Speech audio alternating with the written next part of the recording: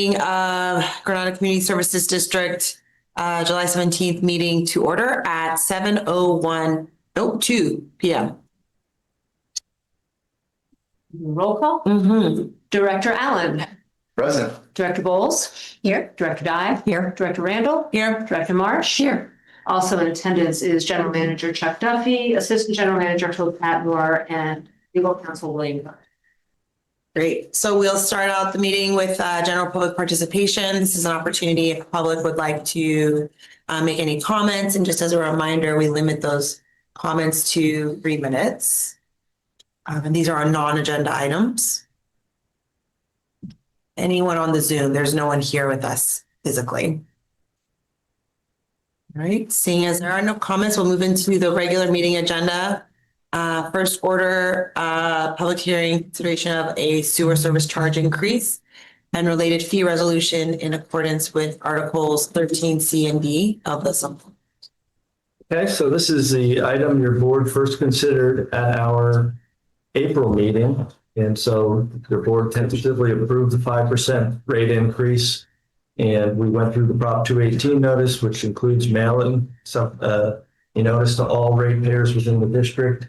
We received 3 letters of protest, if you're some of you there, but otherwise we haven't heard anything about it. So this action will incorporate the 5% rate increase for this coming year, and we'll need to pass the resolution.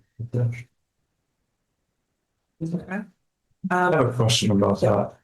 It's on the notice that went out. It says if half the residents say don't raise the fee, if the community were to do that, what would happen if we were unable to raise the fee? Well, it's actually happened a couple places, but usually smaller. Actually, there was 2 up, might have been Highlands up here. They usually have 400, 500 residents, and so you can get a strong thing. But if they voted against it, if we got a 50% protest vote, we wouldn't be able to raise the rates. And it'd be kind of an interesting thing because, you know, if you're raising the rates to meet your needs, it's not a good thing if it doesn't get approved, obviously. Particularly 75% of the costs are straight pass through to SAM. Yeah, 70, I think it's 73%. 67 and 73 this year, yeah. And all these things really do need to be done. That's what I tell people. We're a sewer district. Yeah. And in this case, with this one, right? We're not having discretionary things like building libraries or anything like that. So I don't have a question, but I did some work and follow up on actually the gentleman who came to the May meeting about using water usage versus flat rates. He also submitted a letter. So I have some comments on that, but should they wait until after we open and close public comment? Well, you can, yeah, either way, it doesn't matter. I went back, well, you can look at what we sent to the community. 15 of the sanitary districts that are in our survey that our consultant did do use a flat rate. And in the 2016 grand jury review that looked at 18 independent special districts that are sanitary districts, 15 of those 18 use a flat rate. I just gave some thought to using usage versus a flat rate. And if you look at PG&E or at the water district, they buy gas, electric, and water and resell it to the consumer. We have basically fixed infrastructure. There's very little variable cost in the provision of sewer services. The pipes are in the streets. That's what we maintain. The wastewater treatment plant, or SAM, has a very small amount of variable just based on how much chemical you have to add. But the lion's share, 90+% of their costs are just in maintaining and operating the fixed infrastructure. So that's why a flat rate for over 2,000 residents makes more sense than trying to do usage. You have no idea how much of the sewer plant they're using. But it doesn't vary a lot whether you have 2 people in the house or 8 people in the house. The pipes are the same. So I just wanted to say that I followed up on that comment and thought it through. And flat rates are not only easier to administer, and you don't have to do an individual bill for each of 2,500 residents and then chase, bad debt and so on that. It makes sense for how a sewer service is different from a utility. So I just wanted to say, I responded to that.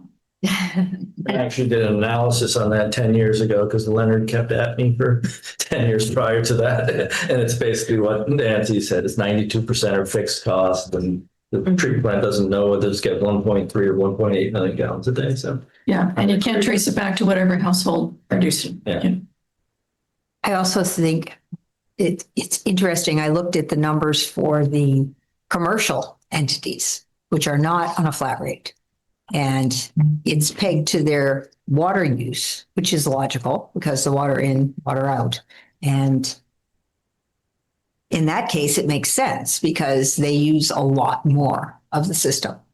So, And it's much more variable. yeah, it's very interesting to see the list of the various businesses and how much they use. So it is. But even the majority of those end up paying the flat rate because their usage is not that great. Yeah, I looked at the list. I mean, the hotels and restaurants use a lot, but a Yeah. lot of the ones that are on the commercial list are just very small. Yeah. You're talking about the water usage. Yeah. Yes, but the hotels and the restaurants use a lot more and they pay a lot. They pay their fair share. So people who are looking at flat rate, it's only for residential. So interestingly, a couple of the, I was surprised to see that the beach house is gets residential rates. It's actually Because- condos. Yeah, because it's each apartment is owned by a separate person. Just, you learn stuff. Reading this. Any other comments from the board before we open up to the public? All right. Any comments from the public on this item? You should raise your hand on Zoom. Yeah, I don't think there's. yeah, Michael DeGroot's our consultant. So Oh, okay. I We wasn't didn't know aware of that. that. All right, so then there's no. Oh, Ashton is the reporter. for it. All right. So we don't have Well, then we any don't have others. anybody else in the public hearing. Okay, great. Well, I'll stop asking. So then do we have a motion? I move to adopt the fee resolution and to increase residential and non-residential customer sewer service charges. Second? Second. All right. Vote? Oh, wait, any more comments from the board before we vote? Okay. You're doing all in favor? Or? Oh, yeah, let's just do it all in favor. Here. Yeah, all in favor? Aye. All right. Zero. Fantastic. I love the all in favor. I just have one more thing I wanted to say, which is that I'm glad that we are doing our own capital improvement project in the year ahead as well. As you know. I've heard that before. And I just want to say thank you to Michael DeGroot for showing up. As I expected, it didn't take us very long to get through that, but we appreciate you being here, Michael. Oh, yeah, thank you. Thank you. Have a good evening. You too. Thanks, Michael. All right, so moving to our second public hearing, consideration of the Granada Community Services District fiscal year 25-26 sewer and parks and recreation budget. Okay, so as we point out in our memo, this is the first year where you're seeing a really detailed to this page. 22? A detailed budget where we really split the Yeah. sewer out from the parks and recs. So last year we had the sewer, the usual 25 or so line items. And then we applied a 25% of that lump sum and put it down to parks and rec. This year, Hope did the heavy lifting of spreading those two into two individual budgets and presented to your board for your approval tonight. I've pointed out most of the highlights in my memo here. I'll just go quickly on this. The sewer budget's about $3.3 million. 73% of that is from SAM, so we don't have a lot of discretion in that. Generally, year over year, our portion of our sewer budget, the admin costs and things like that are very fixed. I mean, they'll increase by inflation each year or something like that. So we are doing, as Barbara pointed out, we're starting on our sewer main replacement program. So Matt and Wanda, for your edification, every 2 years, we draw up plans and replace some of the old sewer, either stuff from the 1920s, believe it or not, we have pipes from the 1920s. Yeah. Well, then it's actually 1910. We have an argument on that one. And also just things that the guys at SAM have pointed out or Hope has gotten complaints about, this thing always clogs, that kind of stuff.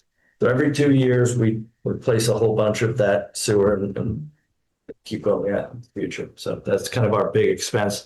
That's about $450,000 in the budget for design and construction. Okay. Then on to the parks. The parks, as we said, we've split it all out. Hope did a good job of trying to figure out what our consultant costs would be upcoming for the Park and Recreation Center project. One of the things your board should look at first is that ERAF refund. So in past years, we've split that between the sewer and the parks, and we've been slowly reducing the sewers portion of that. But this year, we could reduce it to zero, or we could keep it at 100,000, which is kind of what we looked at, what Bartles Wells looked at. It won't affect our sewer budget in a dramatic way, but it'll give the park side another $100,000. And at the end of the day, that is basically property tax, which is where that money wants to go to parks and rec and things like that. So I don't know how you all feel about that. Do it. Just, yeah. I like it. Yeah. Okay, and for an explanation of what ERAF is, so the district gets about $920,000 a year in property tax, and we have discretion. We could put that toward sewer, and we could put it toward parks. Part of the reason we got parks is so we could put it toward parks. The ERAF is the Educational Relief Augmentation Fund. Plus Right. Educational Revenue Augmentation Fund. And basically what it is, if they collect too much money from this area in property tax and the schools can't use it now, schools could always use it, but they have a formula, that money gets refunded. And when I first started up here, I'd never heard of such a thing, but I said, I don't look a gift horse in the mouth. It turns out there's 3 or 4 counties in the state, but it varies each year. Yeah. Yeah, that get this money back. So, and we're one of them, thankfully. So it's a substantial amount of money. It started off at $250,000 a year, maybe 10 years ago, and now it's up to I think 500,000. So It seems it's a nice funding source. seems to go up with property tax. It's actually impressive to me when you look at it's about 50-60% of our property tax allotment. Right. And it's essentially a holdback of the property tax because the California Constitution requires minimum funding for schools. And they were robbing the general fund. So in the early 90s, they created Educational Revenue Augmentation Fund to hold back property tax and use that to top up the schools. And then once all the schools are topped up, they give the rest back to the county to allocate. So what we're getting from that is like 60% of, basically they're holding back that much of the property tax to check the schools. Because I think the county allocates it by its usual formula once they get it back. Yeah. And to your point, my 3 districts down south don't get ERAF. They take all the money and it goes away. There was a lawsuit. What's that? Is that money we're talking about just property tax from this district or the county? Well, the money we get, the property tax we get is from the money you all pay as your part of your 1% property tax. Just Yeah, for this district. just for this district. Yeah. So that would be just Elgin School? No. ERAF tops up all across the county. When the county gets the money back, they allocate it according to their usual formula. So we get the same 0.014% of the district property tax that we would typically get. Thank you. It's my understanding that the county, there's a formula that says school districts should get this much. San Mateo County has enough in the revenues to pay that. So they don't have to dip into the whatever the ERAF, is. That there's only 2, maybe more. I guess it is variable, but the point is that this would not go to the schools. This isn't money that's being taken from the schools. The schools are getting the amount. If the county was unable to meet the obligations to the school districts, then they would take some of this money. But San Mateo County has enough revenues that it can meet the statutory obligations to the school districts. So if we were taking money from the schools, that would be a different thing, but we're not. So Well, and we don't have a choice. Yeah. I know, but I think it's really important for people to know that this isn't money that's being taken away from the schools. It's money that, It's left over after the schools get everything they should get. yes, which is probably not enough. for a lot of us, That's what I said, but- that's a different question entirely. There was a lawsuit regarding ERAF from 2021. Actually, 6 counties all around the Bay Area participated in. And it wasn't necessarily for ERAF to go away. It was over the formula the controller was using to decide how much should be refunded. So it feels a little bit more secure than it did when we talked about it a few years ago. But I agree, we should be moving that over to parks, as we've said. For Wanda and Matt's continuing education. After Prop 13 passed in 1977, the state legislator put out guidance that said, if you have, for any services that can be paid, enterprise services like sewers, that can be paid for by fees, should be covered by fees and should not be using property tax. So from 1977 until about 2014, 15, our property tax continued to subsidize our sewers. And then I guess it was 2017, 2018, we started walking some of that money over to parks. And now all of the property taxes in parks. And I would say leave the 100,000 where it is, because that's what you did the study on. In the sewer. But I think you have 2 years from now, all of ERAF. Next year is 0. Yeah. So all of the ERAF will So go basically, to yeah, parks. it's the budget in your For this- packet for this right now. year. No. Are you saying something different? Yeah, in the 25-26 budget, he has $100,000 of the ERAF allocated to sewers. Yeah. And the remainder to parks, I think. Yes. And so, but in the year after that, in the forward look they did for the rate study, it's 0 for sewers and all in parks. So if you look at page 25 in the lower right-hand corner there, But when we started this, Chuck, you were actually offering that we might change it you now. can change that now. So Right. presented to you with 100,000 in sewer, you can Why are change it. you making the logic not to move it over now? Because I think I'm more inclined to want to move it over now. We could, Sam still has some unknowns. I'd almost not want to change anything that you've got until after we get through the lawsuit, just in case we get some costs that we don't expect. If we lose a lawsuit, $100,000 out of $100,000 is not going to mean anything. There's a whole lot that would change over the next few years. And also just simply because he already has the budget done and it doesn't make a big difference for how it's in this year. But it's It would make a easy to difference in move, the right? reserve for parks. Yeah, I guess, but I think like, what does it signal more than it's like the work? Because if it's not complicated, I feel like why not move it? It's not tough. Yeah. I mean, it's one number.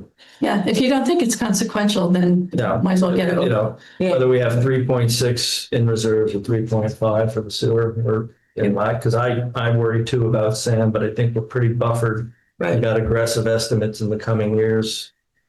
And It That's won't make kind a of why, difference. that's kind of why we went with the 5%. Because, Yeah.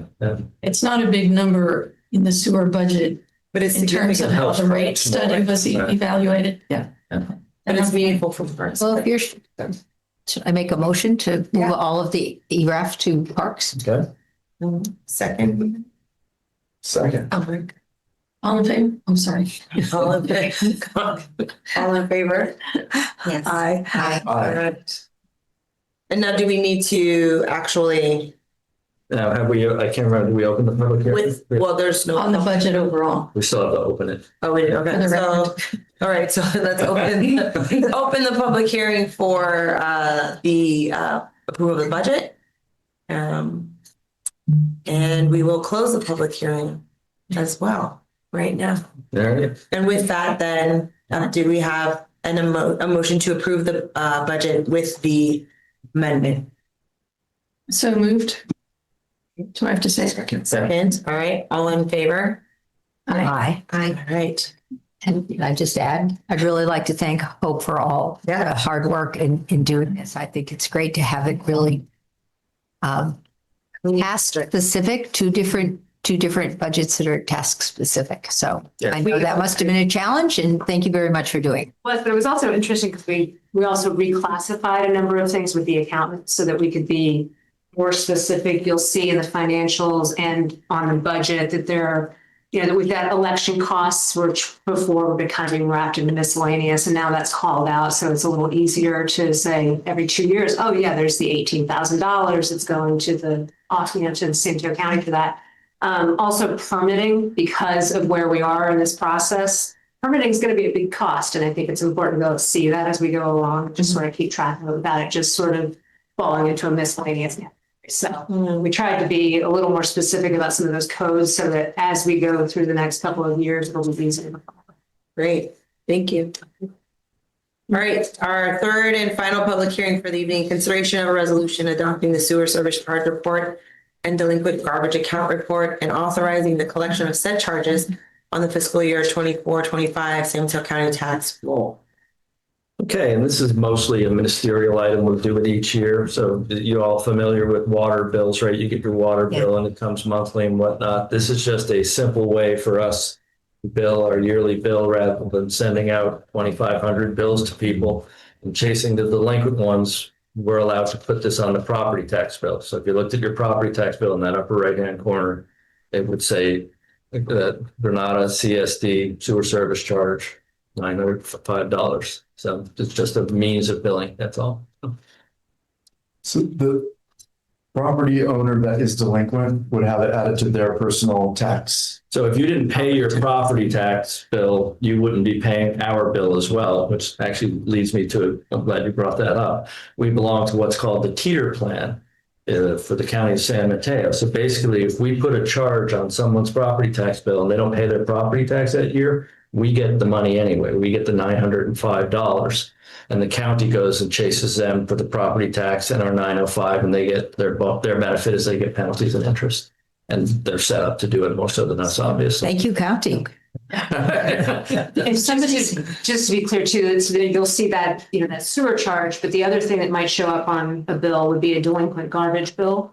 So we work with Recology, they send us the list of delinquent bills and we also include that in this report and include that when we send it over to the county. So some people will also see a delinquent garbage. And if any of you had been on that list, I would have let you know so that you could have gotten that taken. I do. Do we give basically Recology a check for that? Yeah, so actually in the Because next. we're going to get that check. This from the next county. month, we get that money from the county sort of throughout the year. And at the end, I just actually ordered the balance sheet for the county today so I can check everything off. And then I'll put together the check back to Recology to cover last year's delinquent garbage. Very neat and tidy. Yeah. All right, any other comments from the board? Can I back up and just say something about the sewer fees? Wait, previous? Yes, the previous one. Can we, the number 2, Yes. can we close this one first? Yes, of course. Sorry. Sorry. Any other comment from the board on this topic? All right, then let's open it up to public hearing. There's no public, so we will close public hearing. And do we have a motion? I move to approve this list Great. And the resolution. Resolution. and the resolution. Thank you. Right. A second. Second, all right, all in favor? Aye. Aye. All right. Director Guy, you wanted to say something? I just wanted to say that I think it's important to say that the businesses in our district also pay very high wastewater fees. And there's a list of them in here, and that, they use that much water. It's based on how much water they use. But when you look at residential fees, the fact that we do have all these restaurants in our district does provide a significant amount of additional revenue, including, I'm looking at one here that pays $71,000 a year, some $38,000 a year, $20,000 a year, and so forth. And I just thought it was worth sort of appreciating the fact that they do business in our district and they also use the services of the district, and that they pay a proportionate share. I just missed saying that. All right. Then we'll move on, next item, to recreation activities. Good.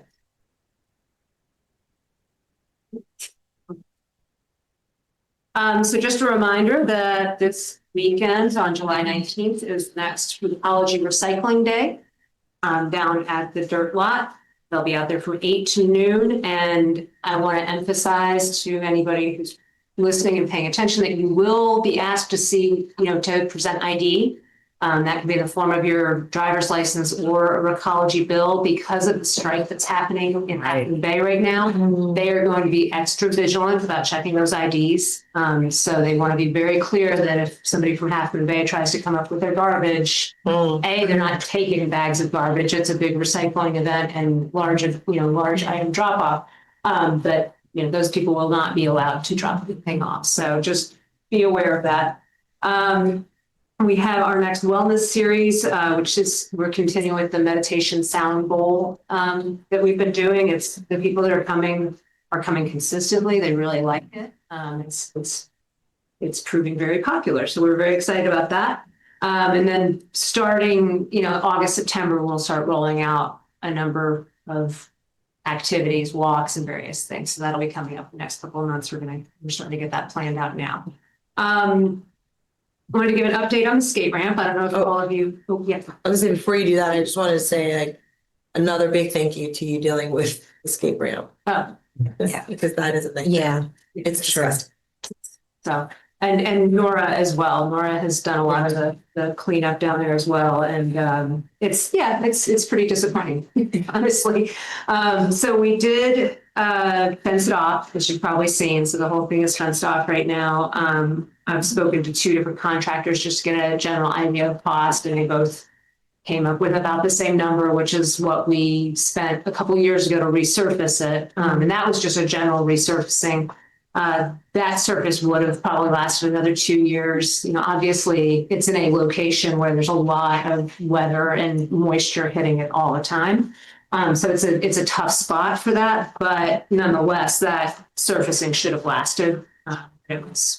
Screws were taken out, it was fried up, it was beaten up. So we will continue to have it fenced off until we decide, until your board decides whether or not you want to spend that money to resurface it and fix it. And we can probably do that within the next couple of weeks once that's decided. So you're listening for,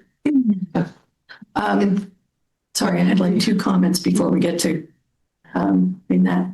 One was in the, since Ashton is on with us, on the Half Moon Bay Review article, and it was great actually to have that publicity for it. But at the end it said GCSD hosts but doesn't own the skate ramp. We actually do own the skate ramp. So when we moved it, we had to take, I remember Matthew Clark specifically saying this at the public meeting, we had to take ownership of it because we're insuring it. And so we do actually own it. And we made that, I think the board made that decision at the same time they took possession of it. Okay, so that was my phrasing that Ashton used, because it was unclear to me because it was moved onto the lot, and I thought the community kind of owned it. I liked it when you posted something about it on Nextdoor. You had some of the community members and featured Matt on the video when you came and were one of the community members looking to save the skate ramp.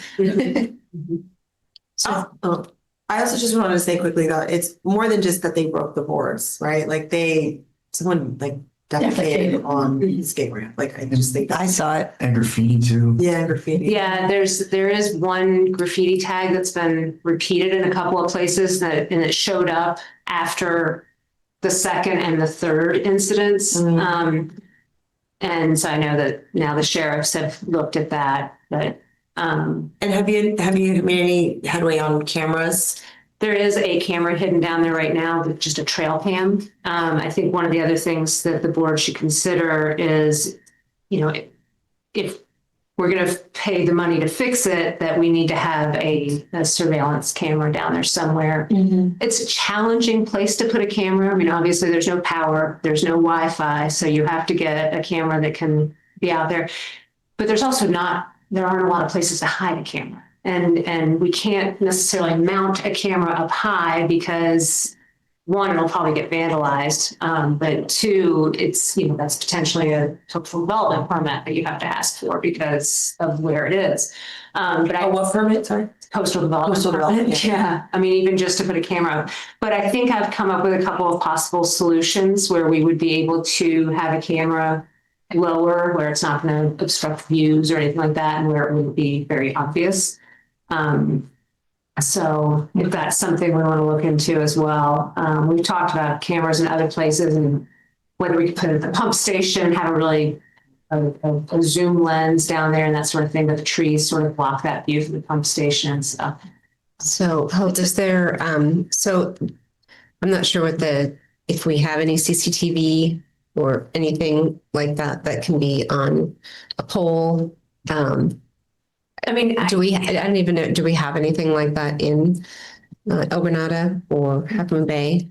I mean, not in El Granada. It's pretty much in the middle of nowhere, right? It really is. That's I mean, I why. know we live in a rural community, but and we did check when the sign was graffitied a while back, we Yeah. did check around and the sheriff's office actually checked around to see if anybody had cameras anywhere. Uh-huh. And they didn't come up with any. there was nothing. There was nothing. And so if the estimate's $20,000 to, for materials and labor, do we have any type of insurance that would help alleviate that? Only liability insurance on the ramp, but we are going to look into adding it to the insurance policy in case it happens again. Yeah.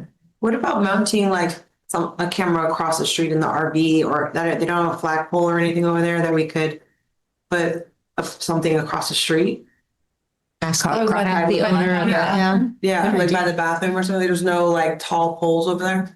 I think there was like a It would be flag. zoomed in well Yeah. enough to be able to catch that, maybe. Yeah, but that's not District. far. I mean, it's I could reach out to the harbor district to Yeah. see what they think about that. I think it's just the building across the highway, but it's. But even that would still work. I mean, we could still put something on the roof of the bathroom that would face over to the ramp. I mean, it's 2025. I feel like the cameras are powerful. They can see Yeah. from the moon, you There know? was not a telephone pole on the southeast side of Yeah. that parking area. Yeah, I considered the telephone poles, but I feel like it would be difficult to get permission to do that. Just, I think utility poles, you can't just attach things to a utility pole. So, Figuring out who owns them can be a challenge.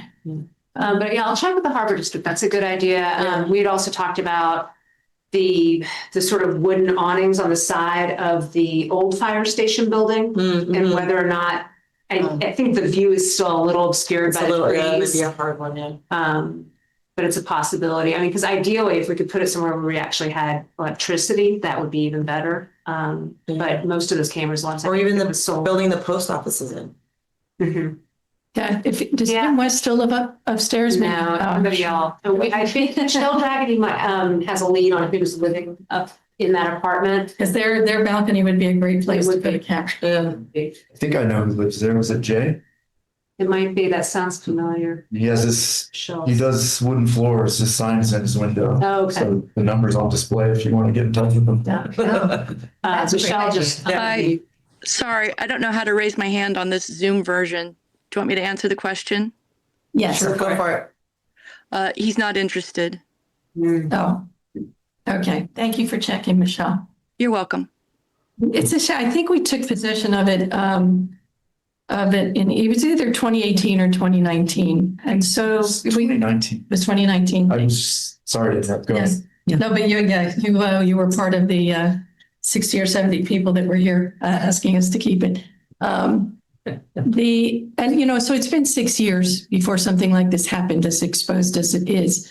But when it is in the park, it will be very close to the restroom, and we can mount as many cameras as we want on the outside of the restroom and have Wi-Fi and everything with it. So we rebuilt it when we got it. We've refurbished it once since. So it's sort of like an every 3 or 4 years project. So I'm okay to refurbish it. It's going to be, another 2 to 3 years before it moves. Hopefully 2.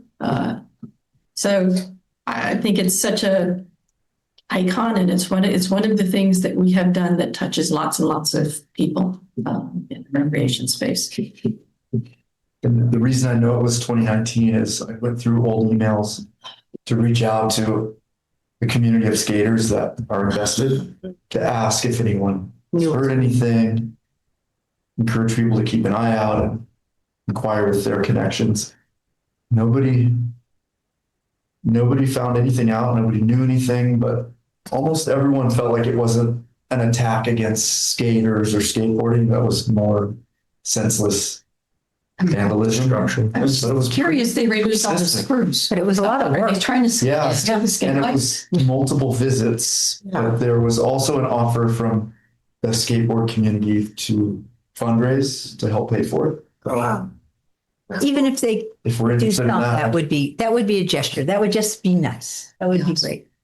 I did ask my kids are in Tommy Tsunami's, my grandkids are in Tommy Tsunami's surf camp this week. And I asked the guys there, they haven't heard anything. They know about it. They all knew about it, but they all had there's no gossip out there, evidently, about who might have caused it. So weird that they would unscrew the planks and then create such danger for someone potentially. We said it was a lot of work. Yeah, Yeah, it's like, are they trying to steal the skate light to put on their own like, little ramp or something? They made that big hole in it. Yeah, that's a weird thing too. Seems like to bring tools and twist those screws and remove the outer surface. Yeah. Makes me think that they are using it for one of their own projects. Well, But it's kind of glued down, so they it's couldn't just get it in off. The first Oh. two times, the first time definitely it was just scattered pieces around the parking lot along with the screws. They took The it off. second time there were slightly bigger pieces, but I think most of those were just scattered around too. It wasn't, Maybe they took out all the screws and then found they still couldn't get it off. and they came back a second and third. Right, time. exactly. I don't know. It's, And lot then of so, speculation. so angry, they took a sledgehammer to the plywood underneath. yes. I mean, it's absolutely senseless. I can't understand it. Okay, well, I'm going to move us forward unless there are other significant comment from the board. So we We need a motion then on deciding to support the resurfacing of this and also exploring the camera. Okay, I move. Second. all right, all in favor? I Fantastic. love seeing people using it. It just, it's frustrating, as everyone knows, that this project has taken so long. And here's one piece where people are there using that property for the kind of recreation we envision. Well, it's unfortunate too, it's summertime. Yeah. Okay, next item, Granada Community Park and Recreation Center project. Let's take this- Can I ask a question? Ashton? Yes, go ahead, Ashton. Does supporting mean you're funding it? Yes. Yes, Thank you. yes.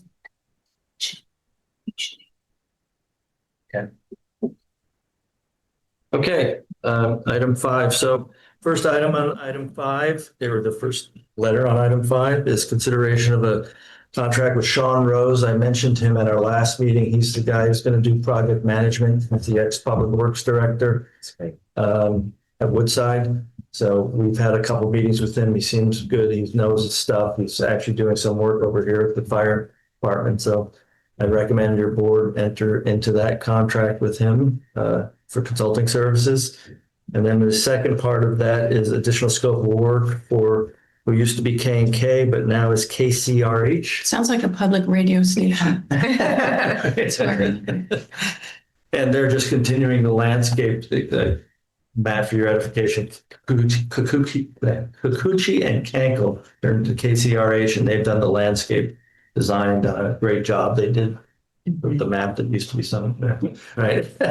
All this stuff over here, these posters and whatnot. So they've done a great job. Since Yeah. late So- 2017. Yeah, so he's going to assist, Tom Conroy is going to assist with moving the project forward. And he's also got Sunset Ecological as a sub to them to do some more biological stuff on the property. So we're looking for a motion on those two, to approve those two consultant contracts. So when you say Sean Rose is doing something over at the fire department, the stuff on the corner? Yeah, the sidewalks and whatnot. Very cool. Hope and I, last summer, went and met with the fire department just to show them the park plan and asked because somebody said the fire department will hate it because they won't be able to drive by. So we took the park plan and reviewed it with Deputy Silva and Sean Rose. And so they shared their plan for the corner with the little interpretive walk on fire safety they're doing for their little corner park there. And was very supportive of our park and did some pre-work with the fire marshal for us, I think. So we got to meet Sean then, and he was friendly, easy to Yeah, work nice with, guy. and described a number of his Woodside projects as well. Yeah. So seems very experienced. He succeeded Paul Magangast at Woodside. Yeah. And the guy from Happy Valley. They were out there doing the wetland stuff the other day. I saw them out there. I was driving down there and I went and talked to them. And of course, they wouldn't tell me anything. But that's as it should be. Good. That's right. Thanks for you get him. We have enough. All right, any other questions for the board? Yeah, go for it. In April, I'm recalling hearing somebody say that the design is mostly complete, but there's still some changes that might be made. The conceptual design of like the parts and pieces, if you will, of the park project is complete. When they talk about design, there's further design, irrigation, that kind of hardscaping, real construction drawings. Yeah. So Grading plans. what we're getting ready to vote on, would that solidify the design? Because one criticism that I'm hearing in the community is that there's not enough parking. So is that up for change, or is the design set and we're voting on what's? You're not voting on setting the design. So what we're voting on is this process. We'll bring it through the LCP process to get our coastal development permit. And the back and forth we're going to have with the county and with all the other stakeholders here will, a lot of the discussion, as you can imagine, will be about that parking. Yeah. Okay. So it's, when we look at the problems with this project, or the issues, if you will, it's parking. It's what a We're lot just agreeing to work with this person. right. And they're just going to help process it Shepherd through the and do process. community outreach and all that kind of stuff. Yeah.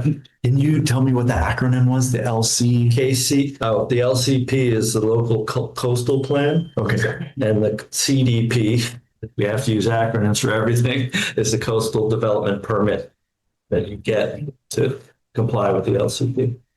And Matt, when we did the 2019 survey for the park, we asked if people want the same amount of parking, less, more, or no parking. The only one that was net positive, when you look at the positives minus the negatives, was same amount of parking. The next, the least negative was actually less parking, and that came ahead of more parking. And the sentiment from all the comments was, we're okay with the amount of traffic coming in and out of parking now, but we don't want more traffic. So it's more related to traffic. It kind of stayed there and okay. We have about 10 or 15 less parking spaces than you could stuff into the dirt lot if you really stuffed the dirt lot. But also the entire length of Obispo Road on the park side is available for street parking. And that's 57 spaces that people don't tend to count. So I know with the Caltrans project of maybe putting in bike lanes and eliminating parking on the highway, which Caltrans posed the Coastal Commission a plan for, 75 spots near Surfers Beach, and they haven't done yet. The community was then concerned that would flow up Portola and take the spaces for the post office and up by the school and on the streets, which was actually Caltrans' first plan that the Coastal Commission rejected. Oh.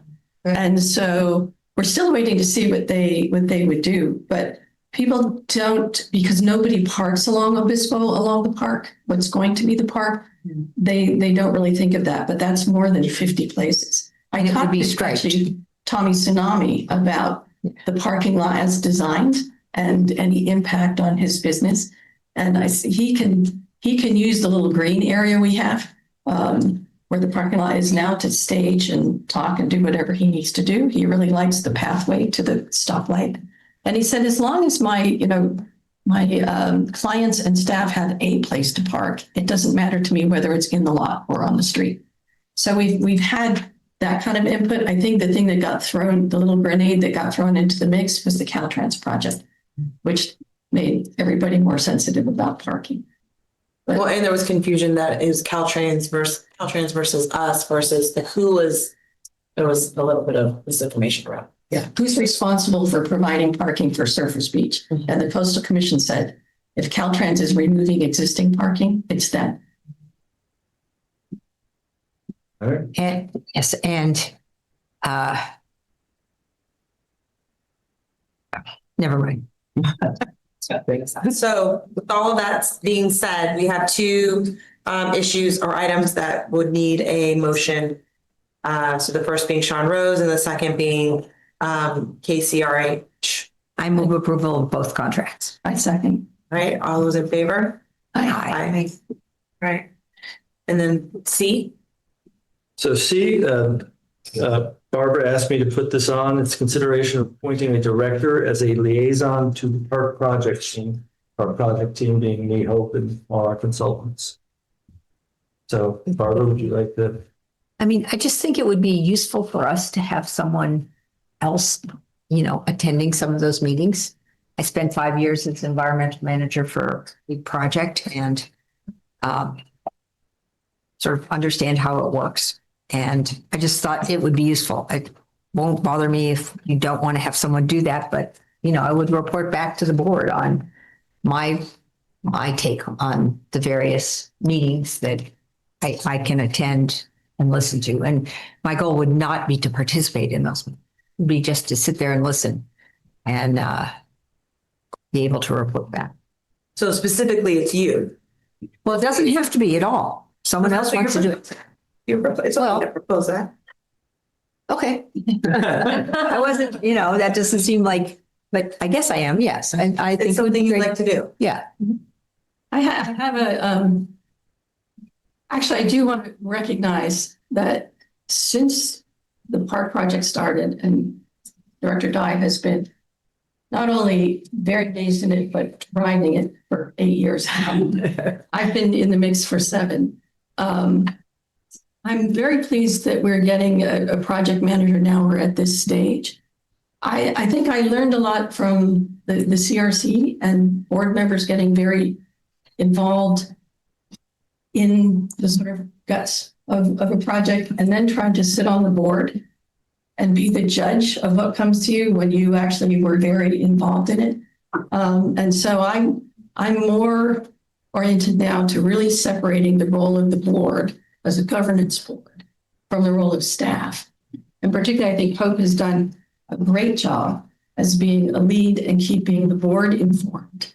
I think the proper relationships is the project manager and consultants working with staff keeping the board up to date, and anything that needs guidance from the board, bring that to the board. We've had this work on our agenda every month, at least the last 3 years. And so unless there's something very time sensitive, I sort of read this very good as giving some guidance. No, And you did that not was, propose that. I'd never proposed that. I would say that the project team is meeting. Any board member should be able to sit in and observe, but I don't think of that as being a liaison. I'd really like, particularly since we have 3 board members who don't have all of that history, that anything that really needs a briefing or needs an input from the board comes to the board in those monthly meetings, so that sort of all the new voices have a chance to weigh in and participate with those. And so if there's something that is a big decision, we're kind of all on the same plane with information and judging that decision. Can I ask just a question for clarity, like just to understand, just to the 2 points? So if you're saying it's just an observation, listening role, in your mind, what's the value add that this role would serve, if not to participate? Like, It would be to report back, just, you know, one more set of eyes from the point of view of a board member, not to participate necessarily at all in the meetings. I mean, I used to have meetings by project with city council members and various staff and so forth. And I found it useful to have different points of view there and listening. And I suppose able to answer a question or two, but not, you know, it was really helpful for us to sort of have that way. Now, it's not something I have my heart set on. I just feel as if there is a tendency to, I think recently to because we have great staff now, but I feel like we're a lot more separated from what's happening than we were in the past. And it's But that feels like a common thread of what you're saying, which is that we should be more of a governance board and less of it in the day-to-day. So that distance you're feeling maybe us going more into a governance position than a working board sort of stance. I don't know. It's just a philosophy of whether you think we're a board that just has things brought to us and we look at it on paper and decide, or whether we. Yeah, I really like the idea and think that having you be there and listening is a good idea, because also if it's open for any of us then to come and listen, not really participate, then I think that would be a good option for any of us that would want to come. And having you as the continuity to help provide that would be great, because otherwise when would we be getting all this information? Does it come back to you, Chuck, and then you write it up and Yeah, it's in an agenda packet, or? Yeah, we summarize what we've had and we put it in the agenda packet. So yeah, that's when it would happen. But that would happen regardless of her attending or not, right? Like her attending wouldn't change the process of us getting information, because she's not going to relay it to us. Well, I would potentially comment on it at the meeting. Yeah, at our meeting. But that's my Right. point. Still, the process is still the process that Yeah. I can hope would bring back any relevant board-worthy information. I expect reports I really expect the reports, and Director and I had this debate more than once, but I expect really staff to be accountable and do the reporting. But my question is, I have another question, which is, when we had Ray Razavi in a project manager role, he came to every meeting and filled in more. So is that would we see Sean here at meetings to do updates to the When board? we get deeper in the Detail. project, yeah. Yeah. And when I say deeper, I'm taking months and years. Yeah. And it's just a different philosophy of basically holding staff and the consultants that they recommend accountable for keeping the board very well advised, versus having a board need to be involved for that, or to give guidance. So you're not talking about giving guidance, you're just talking about bringing back a different perspective. It's just The difference is not everybody. Makes decisions, not one board member. Yeah. Right, of course. Yeah. Of course. But there are a couple ways that things can work. And one way is that staff does everything and the board just gets their pieces of paper and reviews them and sits at the meeting.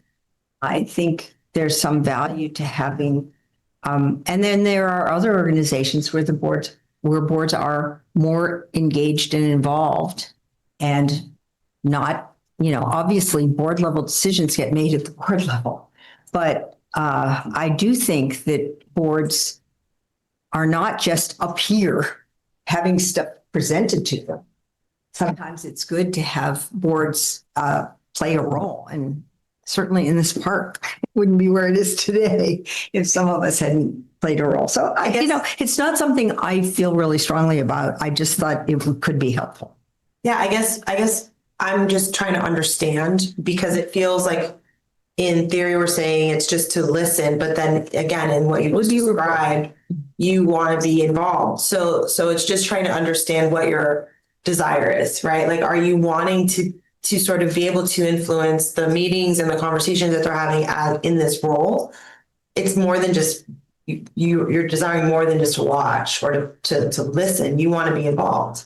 No, I want to be able to listen and I suppose answer a question if a specific question is asked to me. As I recall in meetings I've been in the past, they've asked questions about how I thought something would be perceived. So it would give that point of view, but never to give any kind of direction or specific things. I mean, I've run these meetings. I know what it's like, and I think it's good to have all the stakeholders engaged. And I think the board is one of the stakeholders in as we move this forward. I agree with that, but I think you said the board is a stakeholder, Right. not a. Okay, well, you know what? I think- This is making me really uncomfortable, and so it's okay. Go ahead. I'm curious if you're having the meetings with who we're about to hire. If anyone on the board wanted to sit in on that, is that something that could happen without creating an official liaison position?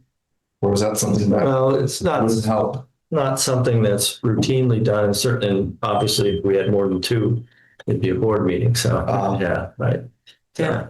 No, we were I'm just involved in curious hiring. why we That's a- do that that's a without good having an point. official title. Just if she's curious or wants to participate. Yeah, I mean, that's up to your board, but it doesn't need an official title of board liaison or anything like that. Yeah. Right.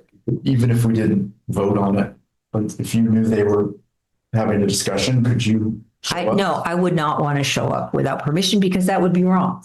I mean, it would not be Yeah, that's good. appropriate. I mean, not that I'd be necessarily representing the board, but just, it just would provide another point of view of what's happening and engage the board more in the process a little bit. You'd have a little different, I would report at board meetings and say, well, we had this meeting. It was good, rather than just hearing it from staff. But again, All right. Is there a motion on the table?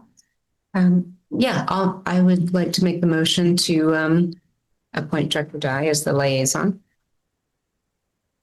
second. So. All right, so Moving on then. All right, next item is engineer's report. Does anyone have any questions on John Rayner's report? On the big wave project, they can't proceed until they clean out all the pipes. Is there a timeline when we expect that? I'm trying to figure out, are they falling behind or non-compliant, or is it just a stage they haven't got to yet? That's kind of what Big Wave does. They go in streaks and then we don't hear from them for months, really. And so John traded a lot of emails back and forth with their engineer. And this is what we agreed to do because what we don't want is construction debris. Right. Guys throw everything. It's a sewer manholes. It's like a giant garbage can to them. So we basically make them clean it out before it attaches to the main system. But yeah, this is nothing And, strange. It's most operandi. Okay. and they also, as I mentioned before, they still owe engineering fees Right. to the district. So the other contingency was that they were not allowed to unplug that line until they pay those engineers. Any other questions? All right. Then do we have a motion to approve the engineer's report? No, you don't need We don't need that. Okay. Just kidding. No motion to that. Report on the SAM meeting.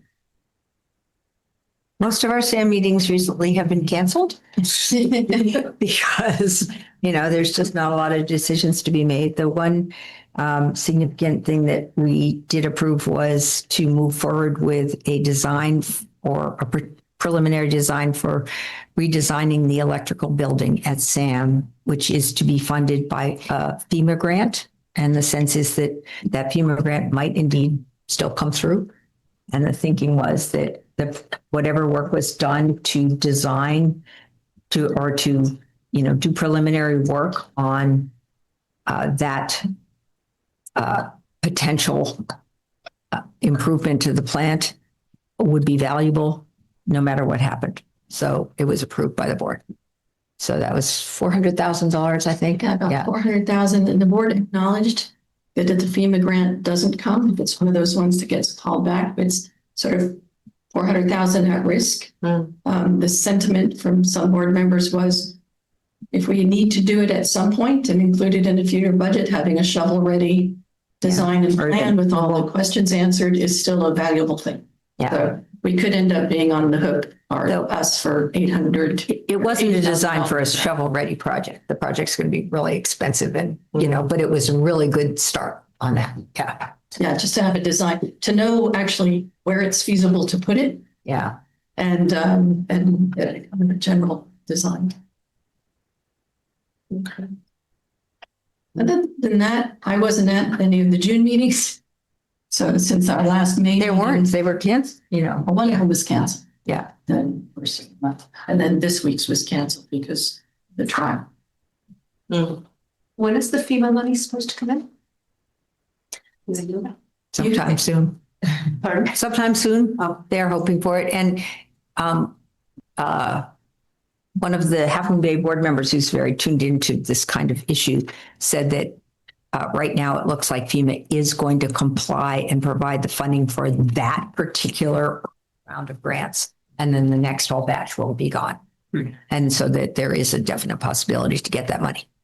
It's a much more complicated project than that money's going to cover a design for. But I actually found, oh, do you remember I sent that to you from Dan Child? Yes. Actually, I'll send that to you too. The cost estimate Dan Child did for Sam back in 2019. Remember I kept alluding to it, I couldn't, and I just stumbled across it. She keeps claiming that the 3 million is going to cover the move. And I don't believe that. If it's 400 for the design, I don't think 3 million is going to cover the move. Won't go into my usual rant. Nothing costs $3 million. All right, anything else on Sam? Okay, then we'll move to the consent agenda. Anyone want to open any of the items? I don't want to open one, but I want to compliment. I love the multicolor. I do too. I love the new financial report. I think it's wonderful. I love the way it's done. It's so much clearer and easier to read. It's really excellent. Who knew our accountant was so creative? Pretty. I didn't see budget for the general manager. That was my only question though. Where is that? Professional services? No, this one has. Yeah. There's no gray line. First one I've seen. Maybe it was in another budget line and not broken out. No, let's see close enough. Anyway, No money for you. no, Right there it is. nothing to pull. All right, nothing now? No. All right, I then. move we approve the consent agenda. Someone second? Second. All right, all in favor? I Aye. Committee reports. All right, seeing as there are none, then we'll move on to information calendar, attorney's report, No report. general manager, Nothing further? administrative staff. Just a clarification, because we didn't have a June meeting, that administrative report that's in there has June and July, which makes it a little confusing as far as the number of permits and all those sorts of things. But next month, it'll go to just this next fiscal year. But I just wanted to clarify, because usually you would have started over with the July one, but you didn't see the June one. Sounds good. And then I don't even see in the agenda, do we have any, we don't have any future agenda items? We do. The only two things on, I'm sorry, it's not there. The only two things were a future possible presentation from RCD, so that is still just a TBD, and then policy updates, which we're still working on. So I plan on August. I'm hoping to have the records retention one ready. Because that'd be a big. All right. Then moving on to adjourn to close session. Right. It is now 8:04. We'll close this public meeting and move to closed session. Okay, so we need a little break while PCTV breaks down.